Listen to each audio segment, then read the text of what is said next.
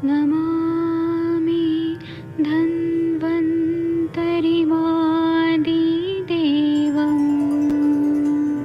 सुरासुरैर्वन्दितपादपद्मं लोके जरामृत्युनाशं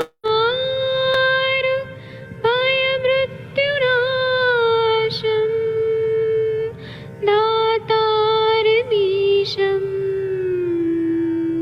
विविधौषधीनां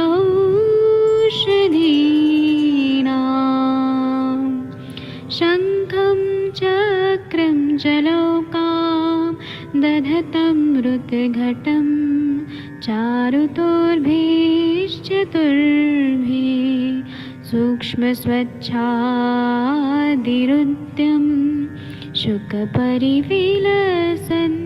मौलिमं भोजनेत्रम् कालाम्बोदोज्ज्वलाङ्गं कटितटविलसत्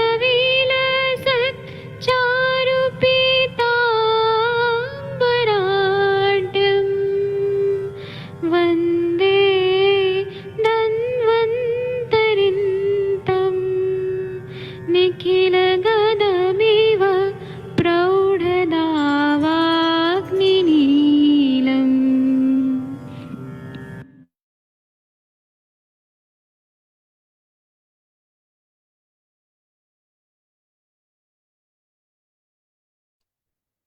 प्रणाम सभी लोग को। मैं वैद्य अरविंद पाठक आप सभी लोग का स्वागत करता हूं। आइए आज हम लोग माधव निदान में शूद्र रोग जो पढ़ रहे हैं उसमें युवान पिड़का नाम का जो व्याधि है उसके बारे में चर्चा करने वाले हैं हम लोग। आप सबके सब भारत के सर्वश्रेष्ठ चिकित्सक लोग हैं, सभी को मैं प्रणाम करता हूँ। यहाँ पर मैं कुछ लोगों को होस्ट बना देता हूँ और यहाँ पे अनम्यूट करने का भी ऑप्शन देता हूँ। हम लोग संहिता का पारायण रोज करते हैं और कुछ ना कुछ नया चीज सीखते हैं और ये करना चाहिए। बहुत अच्छी आदत है कि सुबह सुबह हम सब लोग पढ़ाई करते हैं। तो युवान पिड़का के लक्षण 33 नंबर का जो श्लोक है वो देखिए। शाल्मली कंटक प्रख्याः कफ मारुत रक्तजाः युवान पिड़कायु नाम विज्ञेया मुख दूषिकाः। तो इसको मुख दूषिका भी कहते हैं या युवान पिड़का भी कहते हैं। ऐसे बताया कि कफ से, वायु से और रक्त के विकार से युवा पुरुषों के मुख पर सेमर के कांटे के समान, मतलब जो शालमली होता है उनके समान फुंसियां निकलती हैं। इनको युवान पिड़का बोलते हैं। इनके निकलने से मुंह की कांति नष्ट हो जाती है। और टिप्पणी में क्या बोला है कि ये पिड़काएं जवानी के प्रारंभ से ही होती हैं, मतलब जब हार्मोनल चेंजेस होने लगते हैं तो उस टाइम पे पिंपल्स आने लगते हैं। इनका संबंध वीर्य से भी मानते हैं, क्योंकि जिनको जल्दी संभोग का अवसर मिल जाता है उन्हें कम होती हैं और नहीं भी होती हैं। जिनको संभोग का अवसर नहीं मिलता है उनको ज्यादा होती हैं। जिनका शुक्र निकलने लग रहा है, उनका हीट कम हो रहा है, तो उनको ये नहीं होता है। 17 से 22 साल की तक की उम्र में यह पाई जाती है। कच्ची फोड़ने पर पीड़ा और शोथ होता है। पकने पर फोड़ने से उसमें से एक सफेद सी कील निकलती है, जिससे एक दो दिन में पिड़का शांत हो जाती है। यदि पकने पर भी वह कील न निकाली जाए तो वह सूखकर काली हो जाती है और चेहरे को अधिक कुरूप कर देती है। किसी किसी को तो वीर्य की कमी होने से संभोग करते रहने पर भी बहुत होती है। तो मतलब अगर शुक्राणुओं की कमी है, अब ये स्त्रियों पे ये लागू नहीं हो रहा है उतना। अगर पुरुषों में वीर्य की कमी है और वो बहुत ज्यादा शुक्र का क्षय कर रहा है तो उनको बहुत ज्यादा होती है। ये दोषों के कारण होती है। ये तो एक इन्होंने अपना मत बताया है, लेकिन लड़कियों को भी होती है क्योंकि पेट साफ नहीं होता है, कॉन्स्टिपेशन होता है, बहुत ज्यादा पेट में हीट बढ़ जाता है और जो हार्मोनल इम्बैलेंस होते हैं तब होता है। और कफ, वायु और रक्त, ये तीन चीजों के विकार होते हैं। और जो अपना चेहरा होता है वो शुक्र धातु का ये रहता है, प्रतिबिंब रहता है। शरीर में कितना शुक्र धातु है, अगर उसी से चेहरे पे पता चलता है। अगर शुक्र दृष्टि है तो चेहरे पे जरूर कुछ ना कुछ वो रहेगा, एक्ने रहेगा या फिर पिंपल्स रहेंगे या एक्जिमा रहेगा फेस पे। शुक्र अगर अच्छा है तो चेहरे पे चेहरा भी ओजस्वी तेजस्वी दिखाई देता है। शुक्र का क्षय होगा, ओज का क्षय होगा तो चेहरा मलिन दिखाई देगा, पूरा ओज का क्षय दिखाई देगा। तो इसको आप लोग पिंपल्स के पेशेंट तो आप लोग के सबके पास आते ही होंगे। और मैंने ऐसे पेशेंट देखे हैं कि पिंपल्स इतने ज्यादा आ गए थे कि उनको चेहरे पे गड्ढे गड्ढे पड़ गए थे, और वो फिर गड्ढे परमानेंट हो जाते हैं, वो ठीक नहीं होते हैं। टीकाकार क्या बोलते हैं वो हम लोग देखते हैं। युवान पिड़का लक्षणम आह शाल्मली इत्यादि। युवान पिड़का लोके वरंड का उच्यते। मतलब युवान पिड़का को उस जमाने में वरंडिका बोलते थे। यूनान युवानाम अपि पिड़का युवान पिड़का। पुष्योदरानि त्वान्न कारलोपः। पूछा च यूनान में मुख एव स्वभावत। युवान पिड़का के लक्षण कहते हैं शाल्मली इत्यादि। युवान पिड़का को लोक भाषा में वरंडका कहते हैं। यूनाम अर्थात जवानों के, मतलब जो युवा है, जवानी जवान है, उनके मुख मंडल पर उत्पन्न होने वाले पिड़का होने से इसे युवान पिड़का कहते हैं, क्योंकि जवान लोग को ही होता है, इसलिए युवान पिड़का। इसके विग्रह से युवानन न पिड़का ऐसा पाठ होना चाहिए। और दूसरा बोल रहे हैं कि यह पीड़िकाएं मनुष्यों को, युवा मनुष्यों को ही होती है, और उनके ही मुख पर ही होती हैं। कफ वायु रक्त के प्रकोप से नौजवान को, नौजवान पुरुषों के मुख पर या स्त्रियों के मुख पर सेमल के कांटों के समान छोटी छोटी पिड़काएं निकल आया करती हैं, जिससे मुखमंडल चेहरा दूषित और भद्दा सा प्रतीत होता है। पिड़काओं को युवान पिड़का कहते हैं। आम बोलचाल में इसे मुहासे या कील भी कहते हैं। मुहासे आना ऐसे कहा जाता है। इसके बारे में और अगर हम लोग देखें तो ये बोल रहे हैं कि यवान पिड़का को मुख दूषिका भी कहते हैं। जवानी में कफ पित्त और रक्त की दृष्टि से, रक्त की भी दृष्टि है, कफ की भी दृष्टि है, और वायु की भी दृष्टि है। तो इसके वजह से शाल्मली कंटक जैसे दिखने वाले छोटे छोटे विस्फोट, मुख विस्फोट है मतलब ऐसे फट रहा है अंदर से, ये मुख भाग में आ जाते हैं। वाग्भट में इसे मेद की दृष्टि भी मानी है। यौवनावस्था में मेद होने से इसे युवान पिड़का कहते हैं। मुख भाग की दृष्टि होने से मुख दूषिका भी कहते हैं। यह विकार सामान्यतः 16 साल की आयु से 25 साल की उम्र में अधिक पाया जाता है। ये पीड़िकाएं कहाँ होती है तो फोरहेड, कपाल पे होती है, गाल पे होती है, नाक के प्रदेश में, नासिका के ऊपर पीड़िका अधिक होती है। आरक्त वर्णता, दाह, वेदना ये लक्षण होते हैं। पाक जल्दी होता है। पीड़िका से पोए मिश्रित स्राव निकलते हैं। कुछ समय पीड़िका व्रण स्रोत के समान बड़ी हो जाती है। विस्फोट कम होते हैं और नए नए आते रहते हैं। आ- अर्वाचीन वैद्यक मतानुसार इस रोग को एक्ने वल्गैरिस कहते हैं, या एक्ने बेसिलस। एक्ने बेसिलस नाम का जो जीवाणु है वह प्रमुख कारण होता है, उससे इन्फेक्शन होता है। या फिर पसी जो, जैसे कि सेबेसियस ग्लैंड्स होते हैं हमारे पसीना निकालने वाले, वैसे चेहरे पे जो ग्लैंड्स होते हैं वहां से थोड़ा सा स्त्राव निकलता है अंदर से, क्योंकि पेट में गर्मी होती है, वो विस्फोट होता है, फिर पसीना आता है ना, तो वहां पे धूल मिट्टी चिपक जाती है और उससे और इन्फेक्शन बैठता है। इन्फेक्शन होने की वजह से ही होता है। तो चिकित्सा में विविध प्रकार के लेप किए जाते हैं। सबसे पहले तो वाग्भट में बताया है, हम तो माधव निदान पढ़ रहे हैं, वाग्भट में बताया है कि लोद्र, वचा और धनिया का बीज, इसका लेप लगाना चाहिए युवान पिड़का में। लोद्र, वचा और धान्य का बीज, धनिया का बीज, उसका लेप लगाने से बहुत अच्छा फायदा होता है। और लेप में मसूर का दाल, उसका आटा, शाल्मली कंटक, यव, लोद्र, चंदन, कुष्ठ, उशीर, जामुन, वड़ और बरगद जो रहता है, और आम के पत्ते लेना है। जामुन के पत्ते, बरगद के पत्ते, आम के पत्ते, हल्दी, बकरी का दूध, मंजिष्टा, त्रियंगु आदि द्रव्य लेप के लिए उपयुक्त होते हैं। खसखस जो होता है जिसको अहिफेन का बीज बोलते हैं, और जायफल का लेप भी उत्कृष्ट कार्यकारी है। आभ्यंतर प्रयोग में आरोग्यवर्धनी बटी, गंधक रसायन, सूक्ष्म त्रिफला, फिर वंग भस्म, क्योंकि शुक्र को अच्छा करना है इसलिए वंग भस्म, शंख भस्म और चंद्र प्रभा बटी उपयुक्त होते हैं, क्योंकि चंद्र प्रभा मूत्रल है, पूरा बॉडी का हीट निकाल देता है और दीपन पाचन भी करता है। जितना आरोग्यवर्धनी महत्वपूर्ण है यकृत को अच्छा करने के लिए, सारकिट विभाजन अच्छा करता है, मल को अच्छे से निकालता है, क्योंकि कुटकी है तो धीरे धीरे वो शोधन करते जाता है। आरोग्यवर्धनी बटी सूक्ष्म लेवल पे। लेकिन चंद्र प्रभावती भी बहुत, ऐसा मत सोचे वो मूत्र मार्ग से सारे और टॉक्सिन्स को निकालता है। जितना आरोग्यवर्धनी अच्छा है उतना चंद्रप्रभा भी इसमें अच्छा है। और आहार में तिक्त रस जैसे परवल करेला वगैरह देना चाहिए। और विदाही पदार्थ जो है वह नहीं देना है। और लवण वाला पदार्थ कम देना है। खट्टे चीजें नहीं देना है। और ऐसी चीजें नहीं देनी है जिससे कॉन्स्टिपेशन हो, मतलब अवस्टंभ करे, वैसी चीजें नहीं देनी है। और मतलब गरम मसाले, चाट और बाहर का जो चटपटा चीजें रहती हैं वह चीजें न खाएं। घर में भी बहुत चटपटा चीजें न खाएं, डीप फ्राइड ऑयली चीजें वगैरह ना खाएं। तो ये युवान पीढ़ी जो है वो ठीक हो जाती है। अब आप लोग इस पे कुछ बोलना चाहेंगे?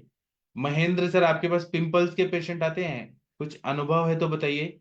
मनीषा मैडम, वीना मैम, कुछ पिंपल्स की चिकित्सा बताइए, आप लोग का क्या अनुभव है?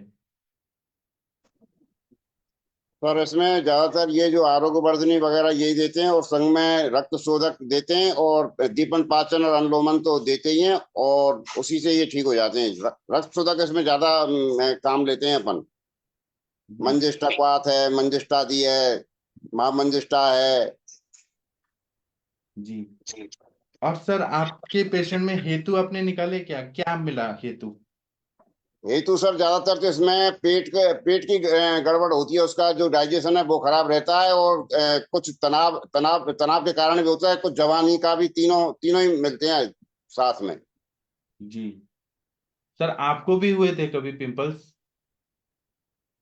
मुझे तो शायद मैं बीएमएस में था, फाइनल में, हाँ। उस समय हुए थे ये। अच्छा।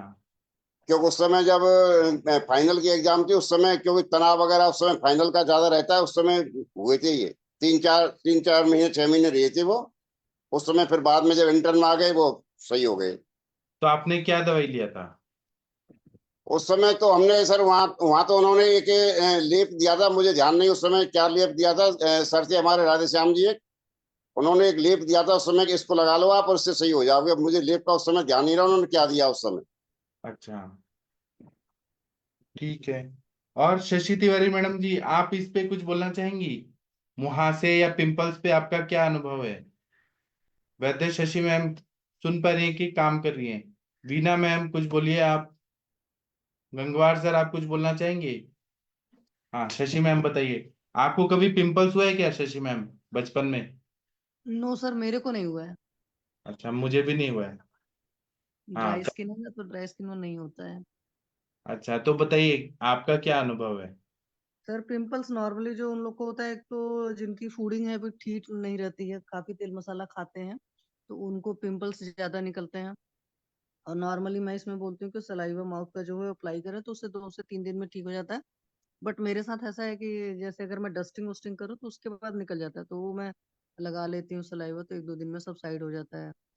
और इसमें क्या होता है कि प्रॉपर उनका वही पाचन ठीक करना पड़ता है। पीरियड की भी हिस्ट्री में जरूर लेती हूँ in the case of females.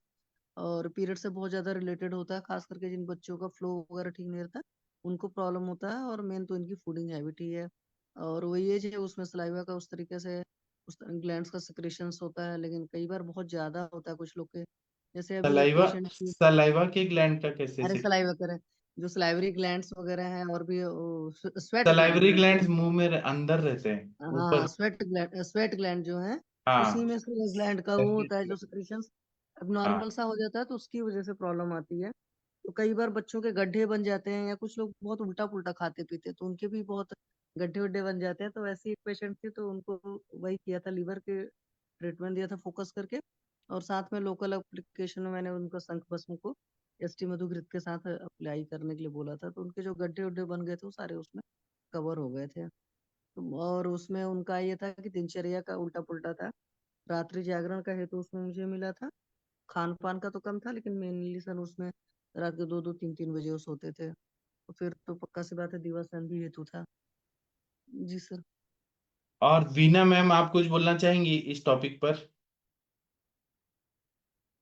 Doctor Veena Kanade ma'am, आप कुछ बोलना चाह रही थी? मनीषा मैम बताइए आप। जी प्रणाम सर। ये बहुतों में जब ये 16 से 25 की एज में ज्यादा मिलता है सर। और जो आपने बताया सर बहुत अच्छा बताया, सभी ने बता दिया इसको। मैक्सिमम मैं तो यही हेतु में देखती हूँ कि उनमें स्ट्रेस भी रहता है, और जब ये हार्मोनल चेंजेस आते हैं तो उनके मन के भी बहुत सारे ऐसे भाव में भी चेंजेस आने लगते हैं, और कॉन्स्टिपेशन भी मिलता है इसमें। बहुत सारे पेशेंटों में कब्ज की भी शिकायत रहती है, हार विहार तो रहता ही है इसमें। किसी किसी में तो इतना ज्यादा डीप हो जाते हैं ना, निशान आ जाते हैं, गड्ढे गड्ढे बन जाते हैं, तो उसमें हेतु निकाल के उनको सबसे पहले कोष्ठ शोधन करके, और मानसिक जो उनके विचार आते हैं अलग अलग तरीके, तो उसको भी चेंज करने को बोलते हैं। और लेप के लिए वो तो बहुत अच्छा है सर, जिसमें हम लगाते हैं लोत्र है, सरिवा है, वच है, और साथ में नींब पत्र है, केष्टी मधु, और इसका मसूर का बहुत अच्छा इसमें प्रयोग होता है। मसूर, और साथ में बादाम का भी इसको लेप करते हैं। और कभी कभी बहुत ज्यादा होने पर फिर जलौका का प्रयोग करते हैं, जलौका से भी इनमें अच्छा आराम आ जाता है। और दूसरी बात है सर कि इसमें जैसे अभी आप बताए कि शुक्र धातु का ये बहुत ही इसका मुझे लगता है कि 80% कॉज आता है इसमें, और हम उस तरफ ध्यान नहीं देते हैं। और यदि उसको भी लेकर के चलें तो फिर ये स्थायी रूप से रोगियों में ठीक हो जाते हैं। जी सर। जी, वीना मैम, आप कुछ बोलना चाहेंगी इस टॉपिक पर, या कोई और बोलना चाहते हैं? महाजन सर, जागीर सिंह जी, हरिहर सर सर। हमें हमें कभी नहीं हुआ, ये पता नहीं लोगों में कैसे होता है, हम लोग आपको को भी नहीं कभी हुआ? कभी नहीं हुआ, एक भी कभी नहीं हुआ है। तो दिनचर्या का पालन करते हुए सुबह से जल्दी उठती होंगी, कभी ऐसे नहीं होता होगा लेट सो रही हैं, या फिर मेंसेस रेगुलर हैं तो नहीं होता ये सब? हाँ हाँ सर, मुझे लगता है वही 80% हार्मोनल के ही लोगों में आता है ये चेंजेस। और आहार विहार, थॉट पे भी है ये, बहुत ज्यादा स्ट्रेस लेना या एग्जामिनेशन के लिए, या अपने हार्मोनल चेंजेस पे, और सारी चीजों को वो समझ नहीं पाते हैं, इसकी वजह से भी होता है सर। जी। जी। हाँ, महाजन सर, आप बताइए सर। प्रणाम सर, सभी को प्रणाम सर। ये 2-4 पेशेंट तो आ ही जाते हैं हर महीने में ऐसे, और ज्यादा तो युवा ही होते हैं, और मिसेस तो एमबीबीएस है, तो उनके पास ही ज्यादा आते हैं। तो फिर साथ में वो एंटीबायोटिक देती हैं, हफ्ते में महीने में 4 दिन खानी है, 4 महीने तक रिपीट करना है। और साथ में आयुर्वेदिक भी दे देती हैं, रक्त शोधन वाली दवाइयाँ। हम लोग डिस्पेंसिंग तो करते नहीं, प्रिस्क्राइब ही कर देते हैं, इतना हमने अब काम नहीं रखा हुआ। तो तो क्या वो कह प्रिस्क्राइब क्या देते हैं कि करते हैं? 3-4 महीने खाओ। क्या हाँ जी। आयुर्वेदिक क्या प्रिस्क्राइब करते हैं सर? ये पुरिम है, या टेलेक्ट है, हिमालय की पुरिम, अ, ऐसे या आरोग्यवर्धनी, ऐसे प्रिस्क्राइब कर देते हैं कि ये खाओ लगातार आप 3 महीने तक, तो ठीक हो जाते हैं। बाकी तो मेन तो परहेज बताते हैं उनको, भाई तला वाला नहीं खाना, टाइम से सोना है, उठना है, रात भर जागना नहीं है, क्योंकि आजकल मोबाइल पे लोग लगे, बच्चे लगे रहते हैं। एक बच्ची आई थी, वो तो कहती है मैं 5 बजे सोती हूँ, सुबह 5 बजे, उठती कितने बजे? वो 2:30 बजे। तो समझाते हैं, जो समझ जाए ठीक है। तो 3-4 महीने दवाई लेने से ठीक हो जाते हैं। जी, सही बताया आपने सर। और कोई कुछ बोलना चाहते हैं इस एजी टॉपिक पर? हाँ सर, बोलिए। एलोपैथी में तो एजिथ्रोमाइसिन देते हैं 4 दिन के लिए, महीने में 4 दिन, और 3-4 महीने ऐसे रिपीट करना। क्या 1 BD की 2 BD? हाँ, 250 मिलीग्राम की 1 BD और देते हैं। हाँ जी। अच्छा, ठीक है, तो एजिथ्रोमाइसिन उससे दे। हाँ ठीक हो जाते हैं उससे। मेन तो परहेज ही है, परहेज लेकिन करेंगे तो नहीं होगी दोबारा। एजिथ्रोमाइसिन तो बहुत हायर एंटीबायोटिक है, उसको ज्यादा नहीं दे सकते, 4 दिन हाँ, बस। वो सिर्फ 4 दिन ही देते हैं, महीने में 4 दिन, उन्हीं दिनों में फिर नेक्स्ट मंथ रिपीट करते हैं। जी। तो 2-4 पेशेंट तो हर महीने आते ही हैं। अब तो हाँ हम बैठते भी कम ही हैं, बस 2-3 घंटे ही क्लिनिक पे बैठते हैं। जी, जिनको इरेगुलर मेंसेस होते हैं उनको तो बहुत आते हैं ये चीजें। हाँ जी, जो गुस्सा करते हैं, ज्यादा टेंशन में रहते हैं। एक और है, मैं पीछे लास्ट मंथ जम्मू गया था, जी तो कंडोलेंस के लिए कोई डेथ हो गई थी, जी तो फ्लाइट से गए थे और ट्रेन से वापस आ गए थे। वहां मतलब 5 घंटे ही रुके। और वहां जिनके घर डेथ हुई थी उनका बेटा था, उसको दोनों हथेलियों, हाथों के ऊपर की तरफ श्वित्र था और बड़े प्याज थे, कॉइन से भी बड़े थे, और उनमें काले दाग आ गए थे। मैंने उसको पूछा, भाई इसका कोई इलाज किया? कहता नहीं, मैंने तो किसी ने मुझे बताया था कि ये सेमल का पेड़, उसको जाके हग करो और गुड़ ले जाओ साथ में प्रसाद के रूप में, और गुड़ उसके लगाओ और हग करो, उसको आलिंगन करो। और मैंने वो किया, और जब भी मैं उधर से निकल रहा हूँ तो आलिंगन कर लेता हूँ, गुड़ ले जाता हूँ, और गुड़ वो खुद खा लो फिर बाद में वहीं पे। तो कहता मेरे तो माथे पे भी थे, टांगों पे भी थे, तो बिल्कुल नॉर्मल थी, माथा भी बिल्कुल क्लियर था, बिल्कुल नॉर्मल स्किन थी। और जो हथेलियों पे पैच थे, हथेलियों पे नहीं, दूसरी डोर्सल साइड में, हाथ की उल्टी साइड में, उनमें भी काले स्पॉट आए हुए थे। मैं कहा ये तो ठीक ही हो रहा है।